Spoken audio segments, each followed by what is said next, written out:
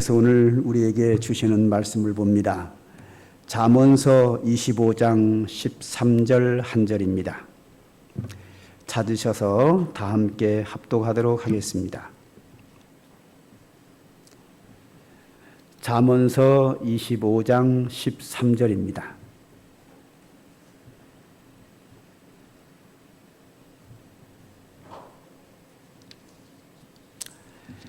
잠언서 25장 13절 말씀 시작. 충성된 사자는 그를 보낸 이에게 마치 추수하는 날에 얼음 냉수 같아서 능히 그 주인의 마음을 시원하게 하느니라. 아멘.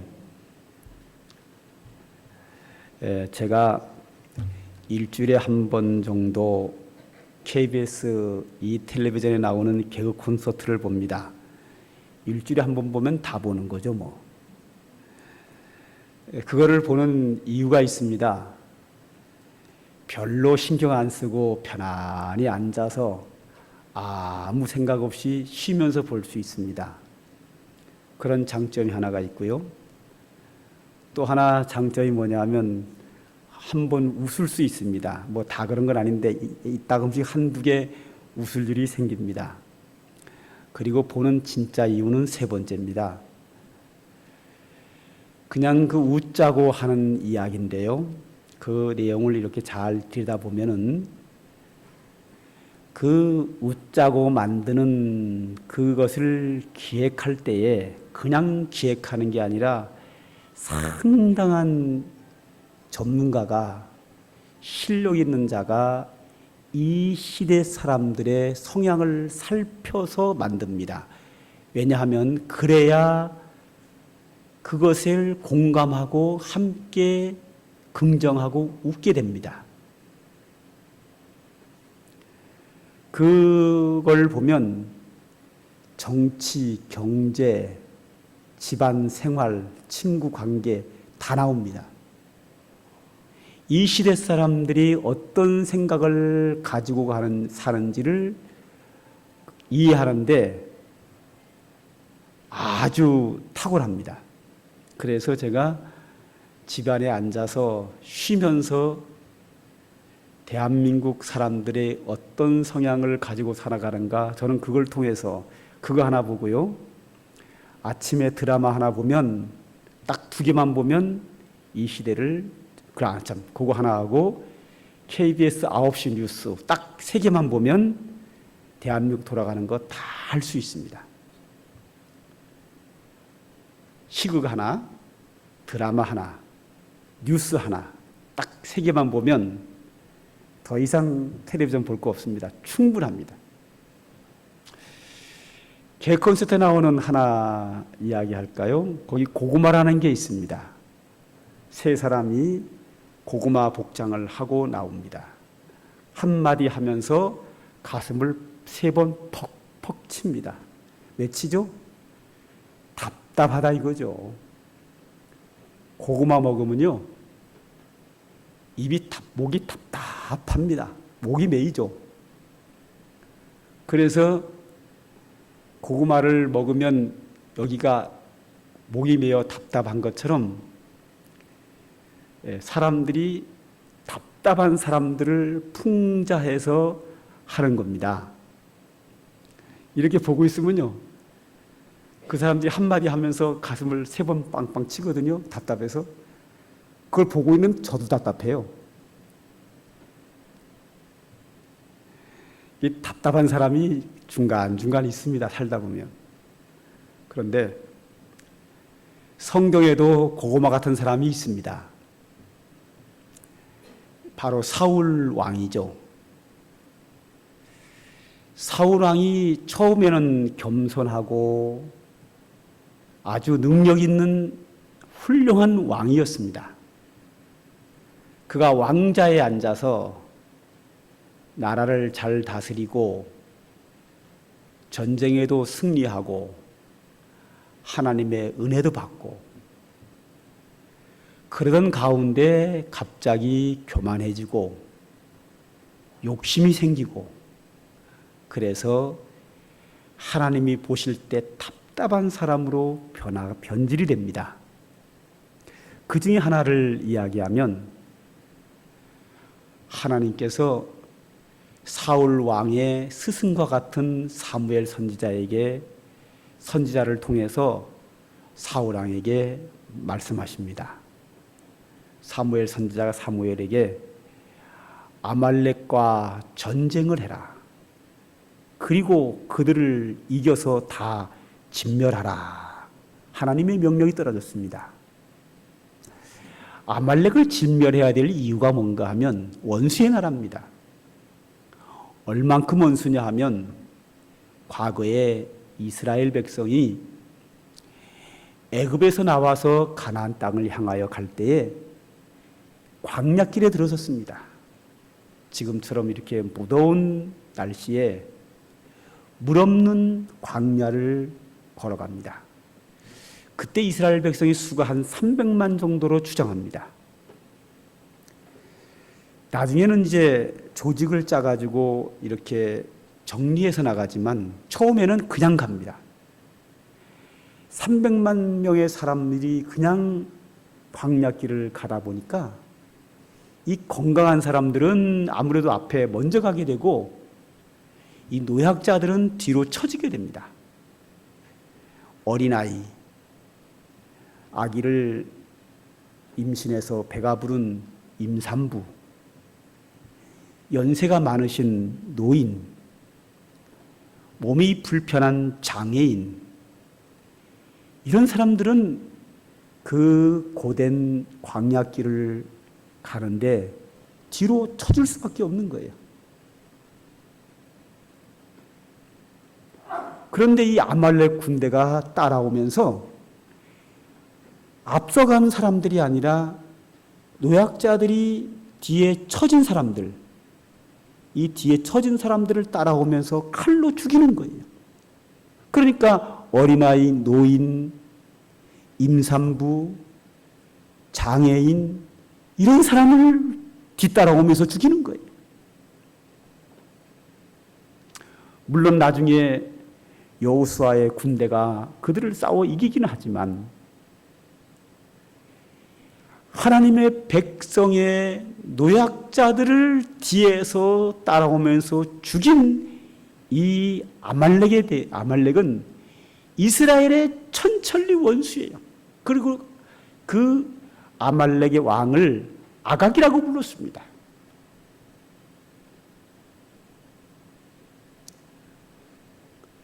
그래서 그 아말렉 사람과 싸워 이겨서 진멸하되 짐승까지 모두 진멸하라. 그래서 사울 왕이 군대를 이끌고 전쟁에 나갑니다. 승리했습니다. 그래서 다 진멸합니다. 하는데 아말렉 왕 아각은 죽이지 않고 사로잡아 옵니다. 그리고 짐승을 다 진멸할 때에 소와 양과 염소 중에서 튼튼하고 잘생기고 흠없는 좋은 것들은 따로 모아서 다 데려오는 거예요. 그리고 자기 개인 목장에다가 다 이렇게 보관해 두었습니다. 하나님 말씀을 불순종한 거죠. 얼마 후에 사무엘 선지자가 사울 왕을 찾아왔습니다. 그랬더니 사울 왕이 사무엘 선지자를 만나자마자 선지자님, 전쟁에 승리해서 말씀하신 대로 모조리 다 진멸하였나이다. 아주 신나게 보고를 합니다. 그러자 사울 왕이 좋은 것들 사로잡아 온 것은 아까워서 자기 목장에 이렇게 놔둔 소와 양과 염소가 음매하고 우는 거예요. 선지자가 사울 왕에게 말합니다. 왕이여, 저기 들판에서 우는 짐승의 소리는 무슨 소리입니까? 그때 사울 왕이 대답합니다. 아, 그거요. 내가 모두 진멸하라고 명령했는데 백성들이 좋은 것은 가져와서 하나님께 번제를 드리라고 다 가져왔나이다. 이따금씩요, 우리 인간관계 속에서도 너무 어처구니 없는 거짓말을 하면요, 할 말을 잃어요. 답답하지요. 고구마입니다. 가슴을 쳐요. 뭐라고 말해요? 여기다 대고. 그냥 거짓말을 적당히 치면 그냥 할 말이 있는데, 이렇게 거짓말을 시키면요, 할 말을 잃어요. 답답한 거죠.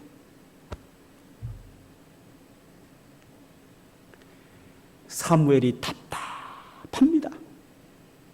그래서 사무엘이 하는 말이 이렇게 말합니다.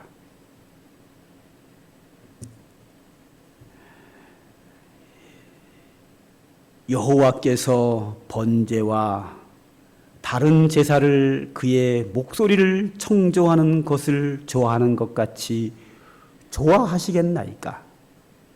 순종이 제사보다 낫고 듣는 것이 수양의 기름보다 나으니, 그럽니다. 뭐 거짓말 시켰다 뭐 이런 말을 안 합니다. 답답하니까. 순종이 제사보다 낫습니다.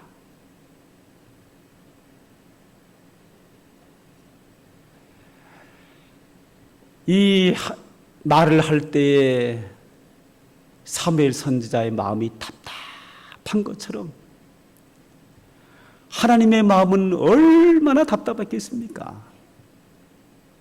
내가 저걸 믿고 내가 저거를 왕으로 세웠나 싶지 않겠어요?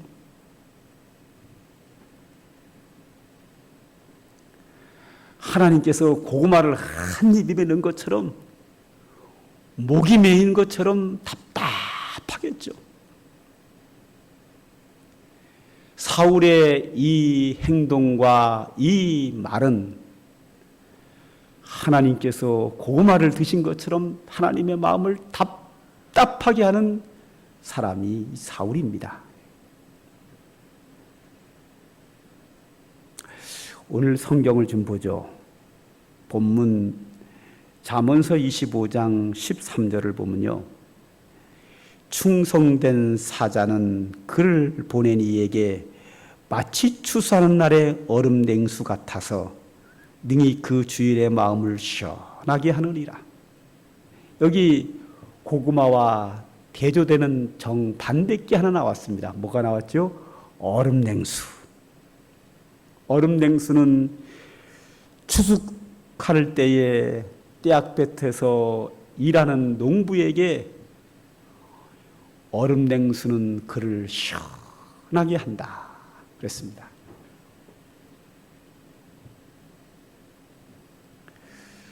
추수하는 날에 얼음 냉수, 일꾼들의 마음을 시원하게 하죠. 오늘 이 말씀을 하면서 뭐라 그러죠? 충성된 자는 그를 보낸 이에게 마치 추수하는 날의 얼음 냉수와 같아서 능히 그 주일의 마음을 시원하게 하느니라. 추수하는 농부에게 얼음 냉수가 그를 시원하게 하듯이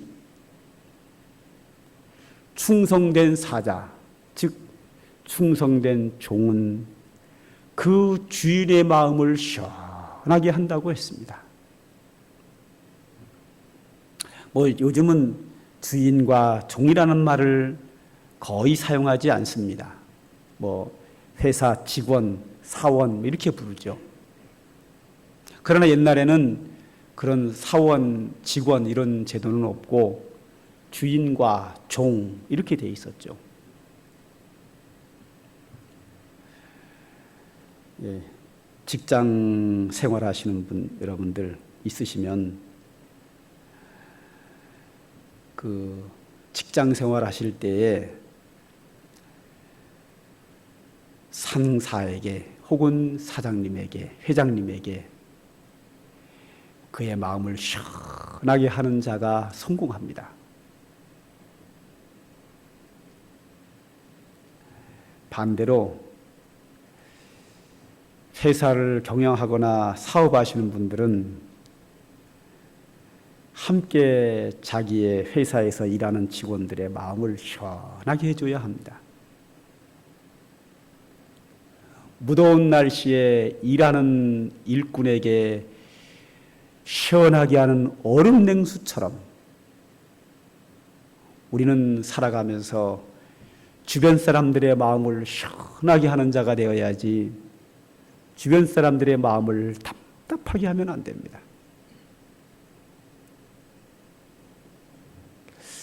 한번 생각해 보시죠. 나는 주변 사람들에게 고구마 같은 사람인가? 시원한 얼음 냉수 같은 사람인가? 사람들이 나를 보면 기분이 좋아하고 시원해하는가? 아니면 나를 보고 가슴을 치고 있는가? 여러분은 여러분의 부모의 마음을 시원하게 하는 분이었습니까? 여러분의 부모의 마음에 가슴을 치는 사람이었습니까? 답답하게 하는 사람이었습니까? 한번 우리 살아가면서 반성해 볼 필요가 있다고 생각합니다. 이 잠언서는요, 전체가 뭐로 되어 있는가 하면 하나님을 섬기는 성도들이 가정생활, 사회생활, 인간 관계 속에서 어떻게 살아가는지 삶의 지혜에 대해서 말씀하고 있는 겁니다. 오늘 지혜서인 잠언서가 말씀하시기를 충성된 사자는 그 주인의 마음을 시원하게 하는 얼음냉수와 같다. 우리의 성도의 삶의 지혜가 주변 사람들의 마음을 시원하게 해야 된다고 믿습니다. 좀 전에 봤던 사울 왕은 사무엘 선지자의 마음을 답답하게 했습니다. 더 나아가서 하나님의 마음을 답답하게 한 사람입니다. 그런데 이 사울 왕과 동시대를 살아가는 다윗이 있습니다. 사울 왕이 왕을 할 때에 다윗은 청소년이었습니다. 이 다윗은요, 그의 가정에서 불행하게 자랐습니다. 8형제가 있었는데 그는 막내로서 위에 형들 7명의 엄마와 자기 엄마는 다릅니다. 아버지만 이세고 배다른 동생으로서 그 집안에서 불행하게 성장을 한 자가 다윗입니다. 이 다윗이 청소년기에 블레셋과 이스라엘 나라가 전쟁을 했습니다. 그러니까 사울 왕이 그 전쟁 속에서 군대를 소집했어요. 그런데 이새에게는 8명의 아들이 있었는데 그 당시에 21살 이상이면 군대를 가게 됐습니다. 첫째, 둘째, 셋째가 21살이 넘어서 군대를 가가지고 블레셋과 전쟁터에 나갔고 넷째부터는 집에 있었습니다.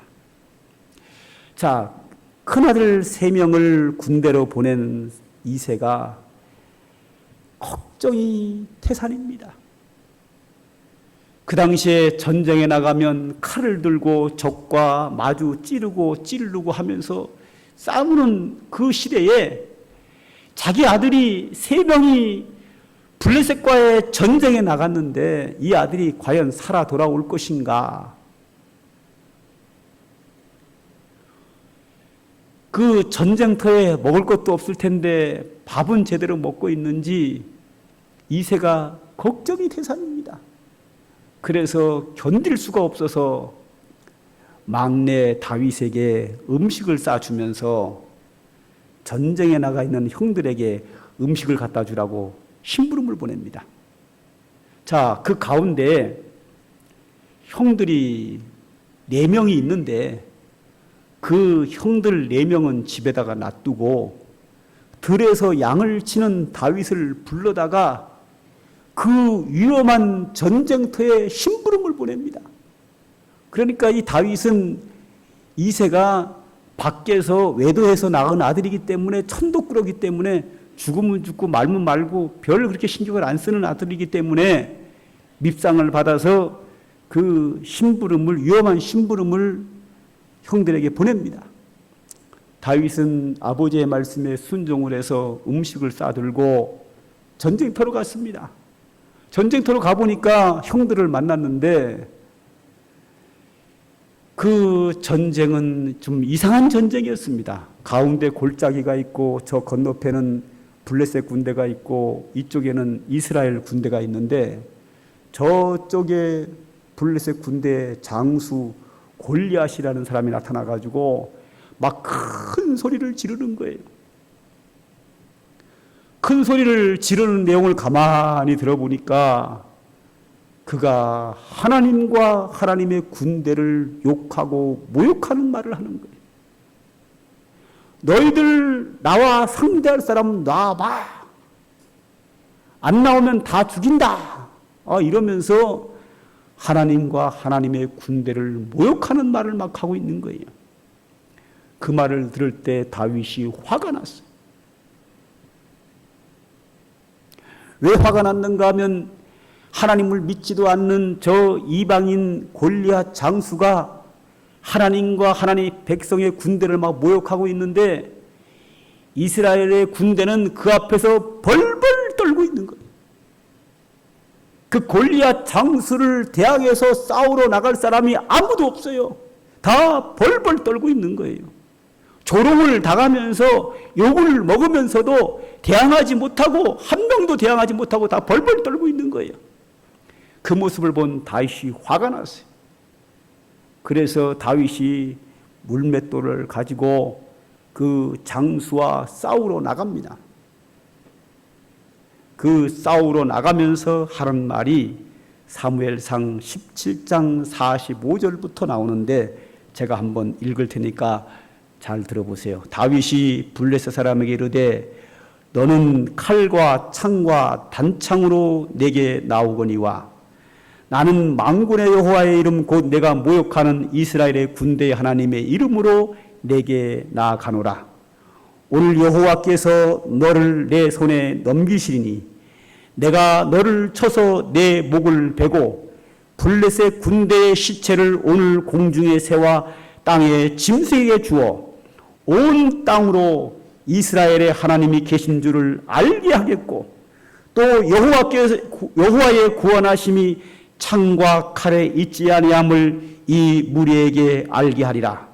전쟁은 여호와께 속한 것인즉 그가 너희를 우리의 손에 넘기시리라.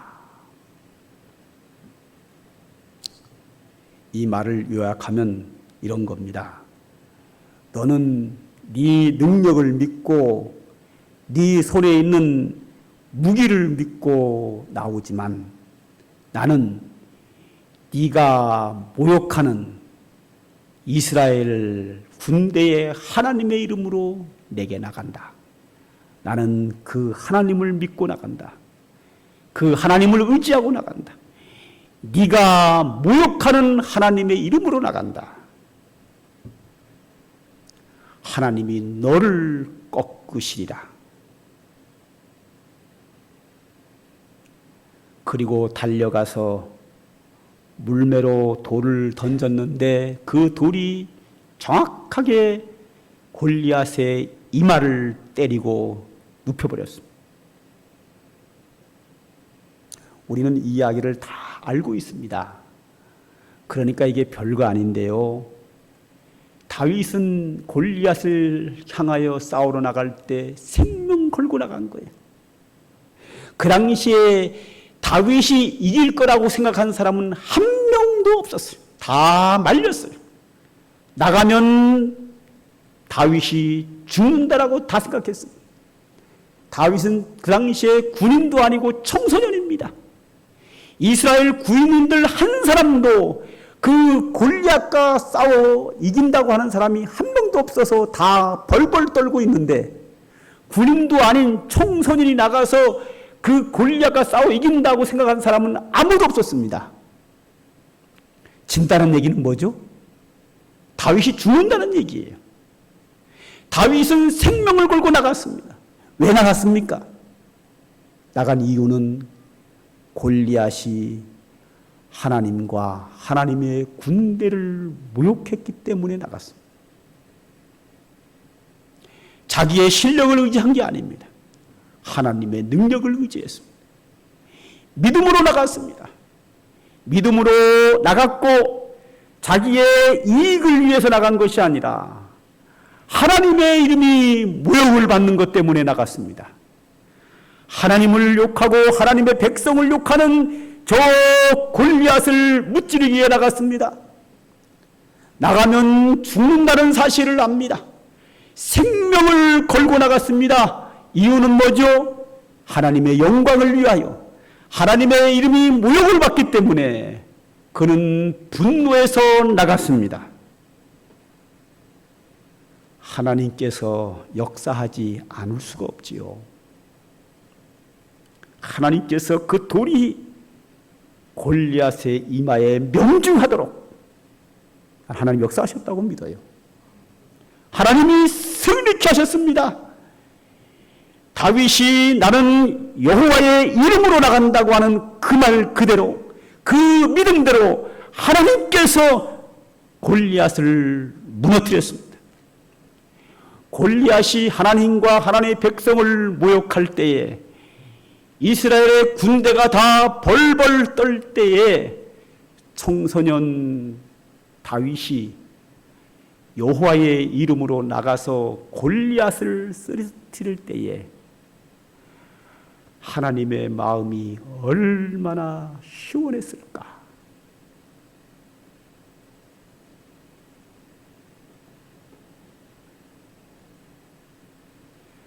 하나님을 모욕하는 골리앗 앞에서 이스라엘의 군대가 전체가 다 벌벌 떨 때에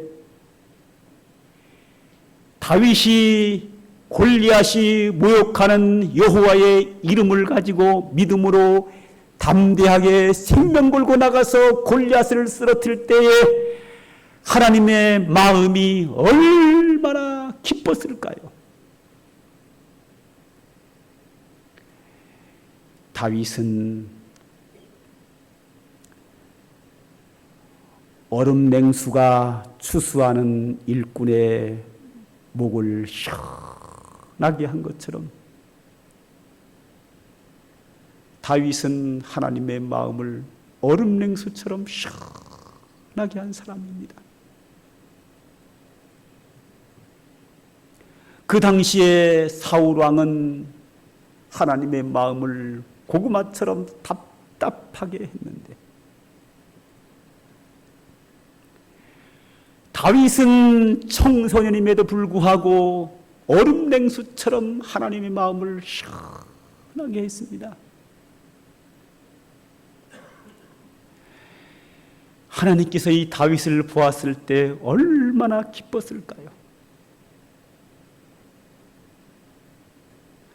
하나님이 얼마나 다윗을 흡족해 하셨을까요?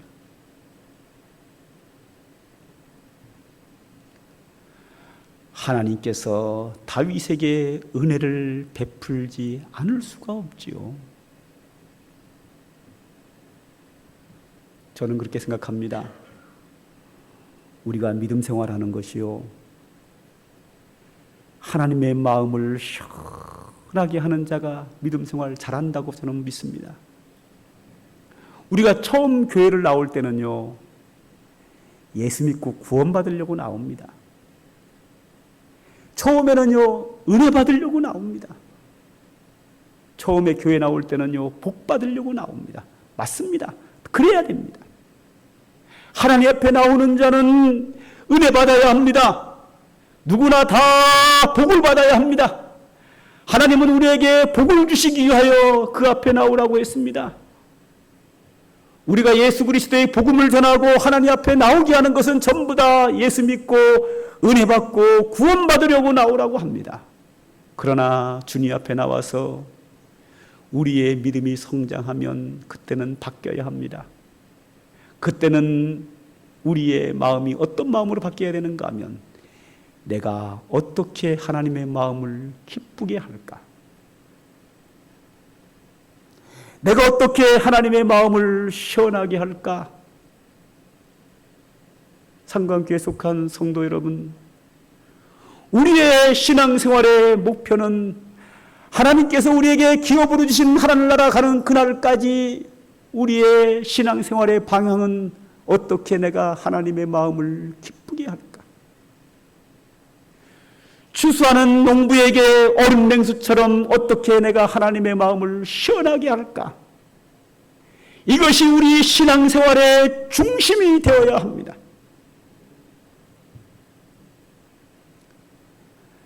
다윗은 평생에 몇 사건을 빼고 모두가 다 하나님의 마음을 기쁘게 하는 삶을 살았습니다.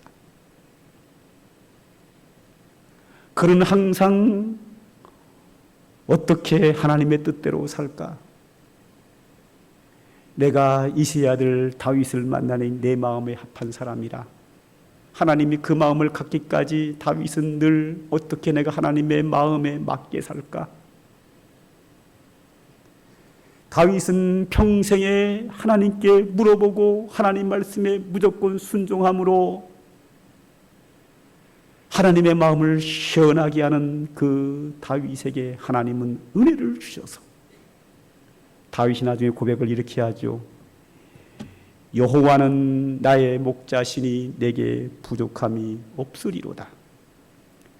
그가 나를 푸른 풀밭에 누이시며 쉴만한 물가로 인도하시는도다. 내 영혼을 소생시키시고 자기 이름을 위하여 의의 길로 인도하시는도다. 내가 사망의 음침한 골짜기로 다닐지라도 해를 두려워하지 않을 것은 주께서 나와 함께 하심이라. 내 평생의 선하심과 인자하심이 반드시 나를 따르리니 내가 여호와의 집에 영원히 살리로다. 하늘나라에서 영원히 사는 그날까지 하나님의 평생의 선하심과 인자하심이 다윗과 함께한 것은 그가 평생에 내가 어떻게 하나님을 기쁘게 할까?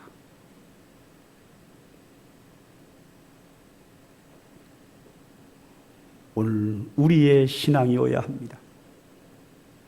내가 무엇을 결정할 때도 내 뜻대로, 내 욕심대로, 내 이기적으로 결정하는 것이 아니라 어느 것을 하나님이 기뻐할까? 내가 무엇을 하는 것을 하나님께서 기뻐하실까? 무엇을 결정할 때 무엇이 내게 이익이 될까가 아니라 하나님이 무엇을 기뻐할까? 우리의 평생의 믿음 생활은 내가 어떻게 하나님을 기쁘게 할까? 이것이 우리의 삶의 중심이 되어야 될 줄로 믿습니다. 기도하겠습니다. 하나님 아버지, 오늘도 우리들에게 귀하고 복된 은혜와 진리의 말씀을 주시니 감사하며 영광을 돌립니다. 오늘도 이 귀한 말씀이 우리들의 심령 속에 살아 역사하여 하나님의 은혜를 누리고 살아가는 저희들이 평생에 하나님을 기쁘게 하며 살아갈 수 있도록 성령께서 오늘도 우리에게 오셔서 역사하여 주시옵소서. 예수님의 이름으로 기도하옵나이다. 아멘.